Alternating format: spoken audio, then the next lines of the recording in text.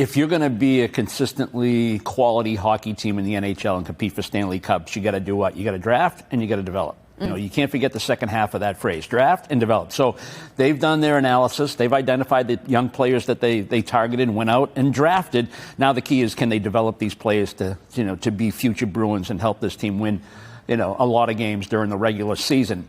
And even though this isn't relevant because it happened 15 years ago, but when the Bruins won the Stanley Cup in 2011, that team was full of impactful second and third round players. And I always keep that in mind, that there's value picks to be made in day 2 of the draft, and you hope that's what the Bruins were able to accomplish today. I was going to go with the development part, and that's where the second, third round picks, that's where they really flourish from great development and having opportunities and being put in the proper place. There's tons of skill in these guys that are drafted in the 7th round, for that matter. They just haven't maybe been on the same path development-wise prior to the draft. But you can put them on a proper path to really get the most out of them. So the draft is one thing, and the Bruins haven't had a top 10 pick in forever. They haven't had a lot of picks in the first 2 rounds in the last 5, 6, 7 years.